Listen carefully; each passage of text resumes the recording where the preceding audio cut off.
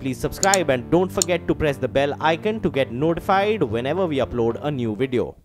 Hello and welcome to the CNBC TV18 special. I'm Shireen Bhan and we are in conversation for his first full-fledged interview after taking over as Minister of Commerce, Suresh Prabhu. Sir, thanks very much for joining us here on CNBC TV18. If I can start by talking to you about the GST, sir, because on the 10th the GST Council met. It was virtually a mini budget with a significant rate revision being undertaken by the GST Council. The view now is that we're moving towards the collapsing of the 28% slab with the 18% slab. Industries like cement, paint, etc. have probably already reached out to you seeking redressal. They want to be in the 18% slab. They're still in the 28% slab. Given the revenue implications, do you believe that they should still have any hope of a rate revision, sir? You must look at GST as a real game changer for India. Try to understand one thing very interestingly. Is the Income Tax Act was made in 1961. Despite the fact that it is there for almost 56 years, how many times we amended that act? So that means that despite the fact that the act is there in a statute book for so many years, despite that we needed amendments because we realized something or other. So GST is not even 6 months old. So I think what we really need to do is to understand the implications, etc. So there are two elements to it. One is the rate of tax. Yes. Other is the regime of tax. As far as exports are concerned, I must thank Mr. Arun Jaitley and thanks to our Prime Minister and also the GST Council. We have been able to bring in a radical change in the way the taxes are collected or rather IGST, etc. done. So these are very significant changes. So one is the regime change in terms of exporters, how they really need to pay, how they need to address it. Because there was a problem for exporters was that their working capital was getting blocked. Has that been rectified? So the refund process has just about started. Our last conversation with FIO seemed to suggest that there was a sum to the tune of 65,000 crores that was blocked by way of working capital. What is the feedback that you're now getting now that the refund process has started? See, we took up that issue and I'm really thankful to the finance minister for being so responsive. Immediately they acted, I think 8th October, they took the corrective steps. It has been significantly improved. See, something, that's what I was saying, that something or other will keep coming. The important thing is the responsiveness of the government. Right. Have you ever responded to any complaint, any ideas that are emanating from the industry so quickly? That's why I was giving example of Income Tax Act. 61, so many amendments. So despite that, GST being so young in terms of just 6 months old, despite that we are working on these so many changes. That shows the attitude of the government, the approach of the government to business and industry, and to make sure that the life of taxpayer is really made easy. That's the whole purpose of doing this. Right. And simple. So let me just talk to you about exports, sir, because the number for the month of September was very encouraging. In fact, we saw an almost 25% growth in exports year on year. The question now is this sustainable? What is the feedback that you're getting, sir? We should be, about a couple of days away from getting the latest export numbers. But give me a sense of what you are picking up. This is something, as you know, the export means somebody has to buy for you. Otherwise, you cannot export. So the buyer also, there should be a demand in that respective market for the buyer. But luckily, we have been seeing a really good signs, too early, but still good signs of market now becoming better. So it's not just one commodity across the board. 10 commodities are actually, if you take all 10 export items that we export, not just commodities, they are showing some good sign, including engineering exports. So I think that's something very good sign. But I think we really need to work on it. But we have created a strategy which I'm sure you'll ask me, so I'll give that answer a little later. But we are seeing a good, encouraging sign of showing an upward trend in exports, and we like to maintain it, so we are also taking a number of steps to make that But happen. you think this 25% kind of growth number is I going to be sustainable? I don't think 25% is a right... So what should be factored in? That will wait for some more time to come because, there's no point just giving the numbers because if you recall, we had given some numbers earlier which were nowhere near that. So I think we'll wait for some time to actually assess the situation on the ground, come out with a trend. But this, as if you ask me, the trend is too early to judge, but at the same time, it is definitely showing upward trend. That's what I can say for the time being. What percentage, etc., wait for a few months to go so that we'll really know. So what is the strategy that you're working on? We are working out on exports in a very significant way because we realize this is the biggest driver for growth. the biggest employment generator, and this is also the backbone for even the large industries to grow. Because when exporters, small little exporters, they contribute for domestic market as well as export. So what we are doing is, we are doing 2-3 things. One is first support all the top 10 items that we export. So we'll do that completely. I had a detailed meeting with all export promotion organization, and we have understood the problem. We are trying to take corrective steps for that. Number 2, try to identify new items for exports. And therefore that is a process which is on. So we'll tell you very soon, as soon as we identify which is that new item we can export. That's one on the what can be exported. Second is where can we export. There again our strategy is very simple. I went to Latin America, Cuba, Panama. Why? Because in the geographies like that, there is a tremendous scope. So talking about only 10 top markets of India, where we are already doing well, where we already got a relationship, we'll protect those markets. But not that's enough. We need to explore new markets. Otherwise, the saturation will come after some time and we're not going to grow market.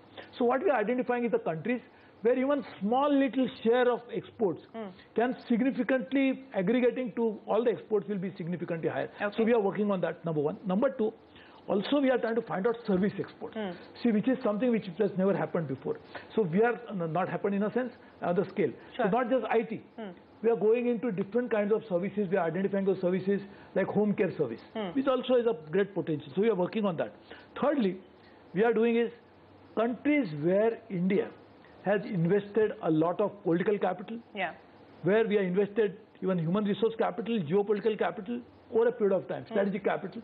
But so the relationship between those countries is very high in terms of geopolitical relationship. But economic relationship is so low. They are the right candidates for engaging with them, for developing economic relationship, because their receptivity will be very high. Because we already have the relationship, they already accept our partnership. So we'll take that relationship forward. So we are working on both geography strategy. We are working on both product strategy as well as working on non-good strategy. So a new foreign trade policy on the anvil, sir?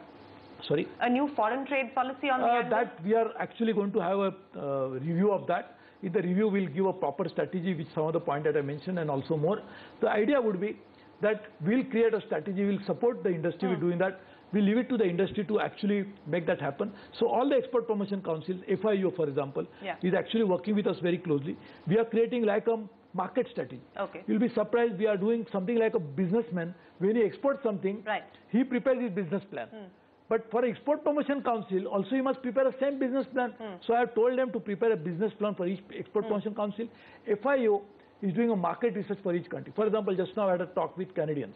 So I said, we are happy that our relationship is growing. I said that relationship is growing compared to your historical numbers. What about the potential? Canada, being one of the G7 countries, has a huge potential to grow. We are potential-wise, we may be still very far from realizing it. So I think we are working on both to prepare a strategy as well. Sir, since we're talking about strategy for exports, let me also ask you about the strategy as far, or the thinking as far as the rupee is concerned. Today at 65.43 at a 1-month low. I know that there is divided opinion even within government and outside of it as well on whether it is overvalued, how should we address the rupee. What is your own thinking on this, sir? See, I cannot have my own thinking which... what is the government thinking then? Let me ask you what the government's thinking is. The government thinking, and that's something which I leave it to the finance minister. But I will just talk theoretically, is that weaker currency always helps the exports. And therefore, if interest rates are low, if the currency is low, will help the exports. But I'm sure finance minister is seized of this matter. Prime minister is certainly concerned about increasing exports of India. So they will be able to tell you exactly how it should be. But really speaking, India is now poised for growth, for sure. So many structural changes that have happened, including GST, including demonetization, which has happened in the country, will help us to put India into higher growth trajectory. Export will be a drivers of growth. And therefore, we have requested, and there is a report which is being prepared by the NITI Aayog on exports and employment. So we are wanting to link exports not just as an economic activity, its potential to encompass in itself the ability of promoting jobs, which is a social issue. So I think socio-economic development can happen in a significant way through the exports. Let me ask you about crude prices, and given what we are seeing at this point in time with crude prices moving back up closer to $60 plus, in fact 65, how much of a concern is this now for the government? Have you had conversations with the Ministry of Finance, for instance, on this issue? One is do have a control over the international crude prices. So this is something which we accept as a reality. So how do you deal with this volatile market? One, we already have a midterm strategy in place, that is to diversify our energy basket to make it less reliant on fossil fuel, which are largely imported. Sure. And therefore, that's one part of a study. Second part of strategy is to actually become more and more energy efficient in terms of use of energy. So for the same activity, you can use less amount of energy. That's second study. Thirdly, if prices go up, we will have to live up to that reality. So how do you work on that? So I think our domestic exploration is also, that is what the ministry is also working on. So I think all that put together, dealing with reality as it is, but also making sure that over a period of time, we'll be able to diversify our energy portfolio in such a way that we'll be less reliant on the imports. Let me ask you about the point that you just mentioned, that countries where we already have a strong economic partnership as well as political engagement, you would like to further that relationship forward. You've just returned very recently from your first visit as Commerce Minister to the US, sir. And I know the contentious issues that we talk about often were brought up again. From the Indian perspective, the visa issue was brought in. Do you have any hope that there could be some positive breakthrough on that? Because the US sees this as an immigration issue. It doesn't see this as a trade issue necessarily. So should Indian IT have any hope once again as far as the visa issue is concerned? And secondly, the US raises the issue, or US companies, the USTR has raised the issue of price caps. Is there the possibility of some sort of review? Is there a thinking on trying to get all stakeholders involved to address this issue? See, from issues from our side with the US, firstly, I must tell you that despite the fact that there has been a lot of voices emanating from the new administration about the trade relationship with several countries, including India, the talks were extremely cordial and extremely good, including the statement made by the Commerce Secretary when I met him, is that we don't want to reduce the trade deficit by reducing exports from India, but by exporting more to India. That's very, very positive comment, and we welcome it. Number two, on the visa side, we have explained to the US that Indians coming to US has helped the US economy significantly. Thus, one class of people who go to US is the students. That has also helped the economy. Second class of people who have gone there as the professionals have naturalized there. That has helped US economy, because if you look at the ethnic group, Indian ethnicity group is one of the highest earners in terms of professional category. So that has helped. Thirdly, are these people who go there and for short duration, like the US visa. So we said this is actually going to hurt the US economy over a period of time, because this has helped them. I'll tell you something very interestingly. Alan Greenspan, when the former chairman of the Fed, had made a very interesting statement once. He said the US economy's expansion, which was unprecedented, which happened for a long time, was also on account of productivity gains. Where the productivity gain comes from? Among many other things, is also the use of communication information technology into the US economy. And one of the contributors, I'm not saying the only contributor, is India. So therefore, it is actually helping the US economy. So we explained to them properly. They also heard very patiently. So I hope they'll be working on that. On the other side, from the US side, of course, on the Indian side, we have made some progress on export of grapes, export of mangoes. We have been very positive on doing that. On the US side, this price cap was one of the issues that they raised.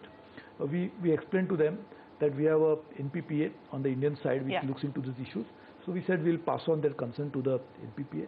We are going to also have the meeting of the US companies who are raising these issues with their relevant authorities in India. So we are working on that.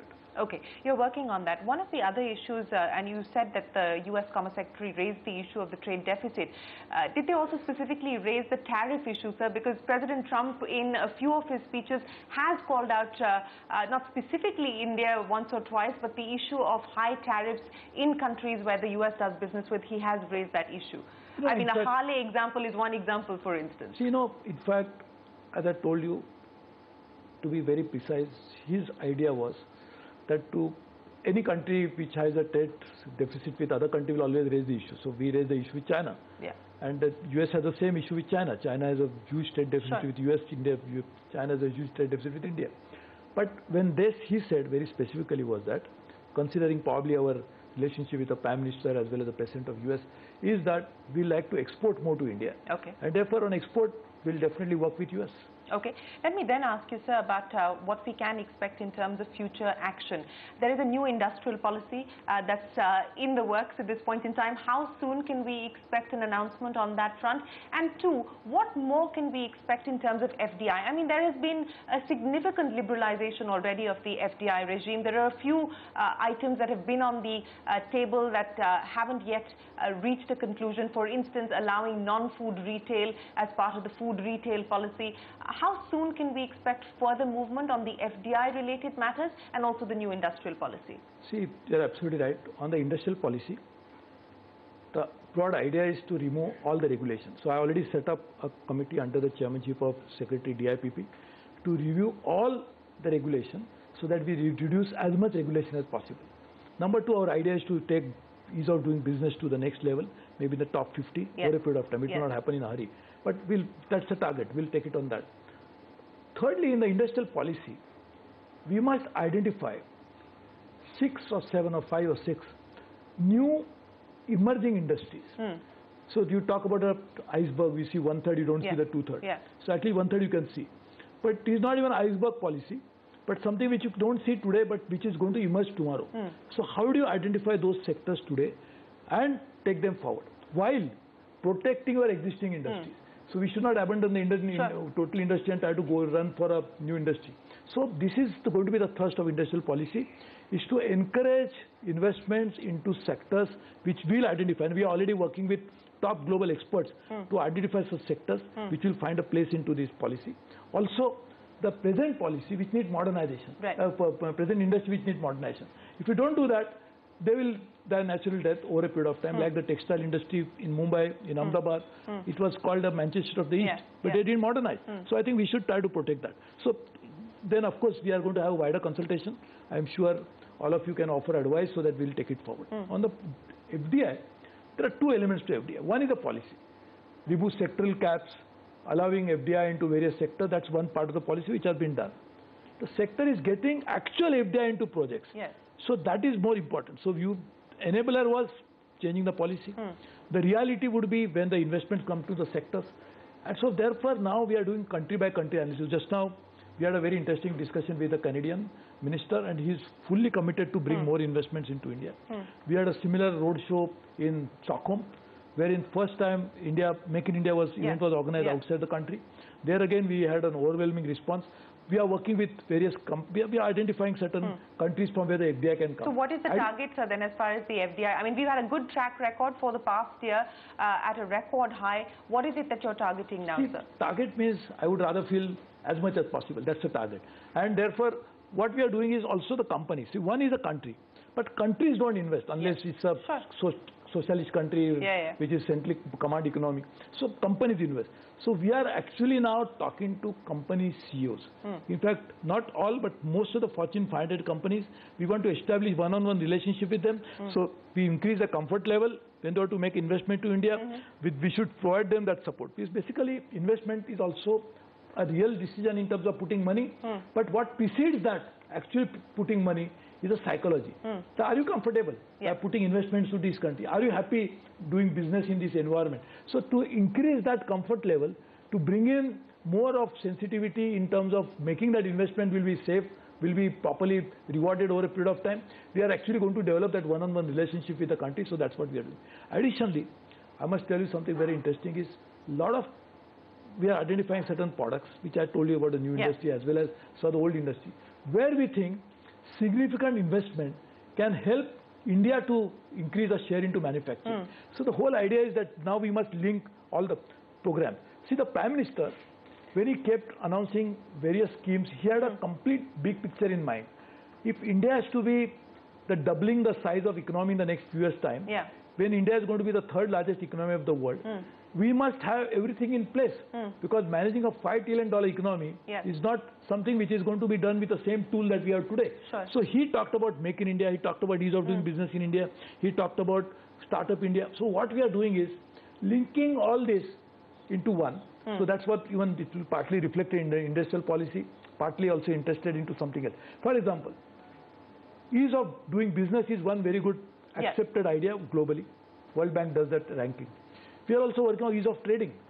why not we make one common platform for export activities in which many ministries have to come on board, including Customs Department. But we have to work with that. But our idea is that we are trying to develop that DGFT. I have directed them to work on that so that over a period of time. So you replace DGFT with a new body? In a sense, they are the ones who are currently doing it. So the ministry will do it. Yeah. But because DGFT has the data, DGFT has a wherewithal of doing it.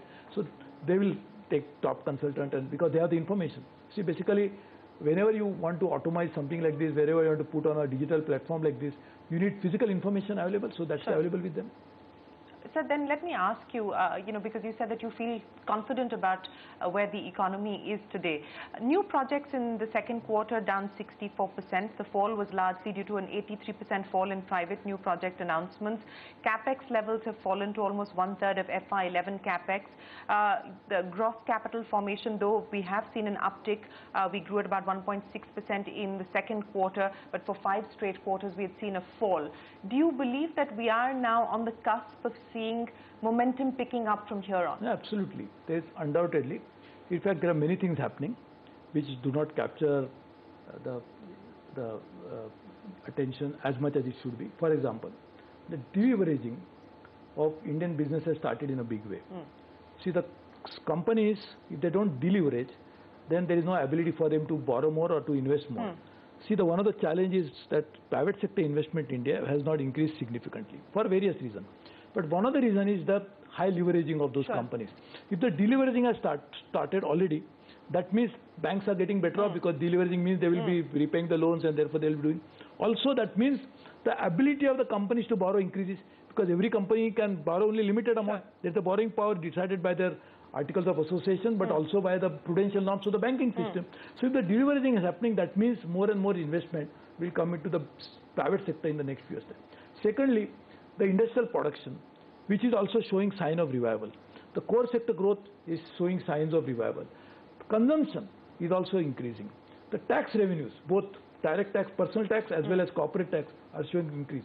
When only you will have revenue increasing. Only when you earn more, that's why you're putting in more. If the corporates are earning more, obviously their ability to invest also will increase. So I think all these are very good signs. The consumption, investment, and also the public investment also has gone up significantly. As you know yourself, the railways, for example, almost first 3 years of this current government, Prime Minister Modi's government, is 3,75,000 crores is a committed investment, as opposed to 4 lakh crores, which the previous 70 years of government had put in. So public investment is rising, private sector investment is showing signs of revival, deleveraging is happening, consumption is increasing, savings rate in economy is increasing. So that's a very, very good sign, because unless you have savings, how will you make the investment? On the other side, international interest in India is growing, so FDI is increasing. So I would consider inflation, which is still manageable. So I think these are all very good, strong fundamentals of economy, which will propel India into a different growth trajectory. I think the new normal will emerge when India will grow at an even faster rate. Sir, since you talked about savings, let me very quickly ask you about whether you're also working on reforms related to gold. I believe that this is a matter that the Prime Minister's Economic Advisory Council is also looking at. Has there been any conversation within the Commerce Ministry on gold, sir, on gold-related reforms? See, gold. Yes. See, whether we like it or not, India's appetite for gold is insatiable. How much gold you buy, they will be there. So one is gold bonds were issued so that people don't have to invest. But there is certain amount of gold that will be used in India is for actual, I'll not call it consumption, but in a sense, because gold cannot be literally be consumed, but consumed. Like for example, some woman would like to wear it at the time of wedding, so she's not going to wear a gold bond, so she wants her to have that. So I think there is certain element of gold is bound to be used. So what we have to work on is convince the people, change the mindset that investment in gold, if you put the same money into some financial instrument, that of course saving is saving. Where it goes into metal, it's a saving. It goes into housing, it goes a saving. It goes into capital market, it's a saving, or you keep it in the bank, it's a saving. But if you can put into financial saving, the circulation happens in a bigger way. So that's a matter of changing the mindset to the people and try to convince them. I believe there's also a proposal to merge MMTC and STC, sir. How soon can we expect that to happen? That's something which is on the card, which is actually the cabinet has to take a decision. But I think both will benefit from this merger. Merger and then divestment, is that a possibility as well? That's something which I cannot tell you today, but definitely that's something which the cabinet has to take a call, but that's something which has been discussed for a while now. So we've got a WTO meeting coming up. Are we likely to see, do you believe, any forward movement on the WTO agenda, specifically when it comes to agri-subsidies? And do you believe there could be additions to the WTO agenda this time around? You know, one is, first of all, we just had a mini ministerial before the WTO. They did it for the first time probably because last time they had little difficulties in arriving at a consensus later on. So they did in Marrakesh, which I attended with 30-40 other ministers from different countries, which the WTO Secretariat had chosen. We had a very good dialogue. We have put forward our concern. One is on public stockholding. We said we will not agree on any condition which will put any restrictive clauses on India. Number two, we are very keen on market access to agriculture products in the developing countries so that they should reduce subsidies. We also said that we should not keep raising new issues in WTO forum unless we resolve the other issues. We are very keen that a Doha development agenda should not be just abandoned, we should be taken forward. And most importantly, which is something which is so important for not only India but all the developing countries, is that multilateralism must prevail. There is some talk that what is the use of WTO. So we feel strongly, no, WTO can be reformed, definitely. WTO rules can be amended for sure. But WTO as an institution, multilateral platform for discussing trade issues cannot be just be wished away with or abandoned. So therefore, we are very keen that multilateralism prevails.